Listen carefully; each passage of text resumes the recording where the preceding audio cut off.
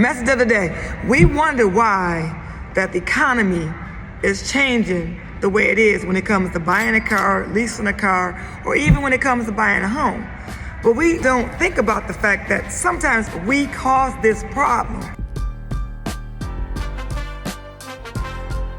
If you're leasing a car and you know that you're only supposed to go so many miles, but you continue to drive the car, you're over 10,000 miles, 15,000 miles over your lease. Yes, I'm talking to you because you're over your mileage, you're over your lease miles, and you just keep driving. You turn the car in and you think that GM Financial, or whether it's Chrysler or Ford or whoever it is, that they should lease you another car because you're owed one. Well, guess what? You're not owed one. You think about how many people in the world are doing the same thing you're doing? They're 30 to 40,000 over their miles. They didn't think about trying to get out early. They didn't think about calling their dealership and see if they have some other option, but they just keep driving. So think about that. 30 to 40,000 people out there doing the same thing you're doing. Just say, for instance, GM Financial changed the way they do things, right? They changed the way they do things when it comes to leasing.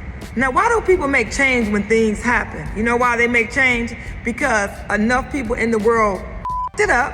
Yes, I cuss. They it up. So then they figure they got to change it because everybody's abusing what they're doing. They're taking advantage of the situation. So that's why things change so much, because a lot of people just take advantage, act like they don't care. But then they act like they're entitled when it comes to getting another vehicle. Nobody's entitled to anything. I've been in this business for 24 years, right? I've seen people with good credit, bad credit, no credit, and I've seen people all the way down to 250 credit score, 225, 300, right? And they feeling entitled.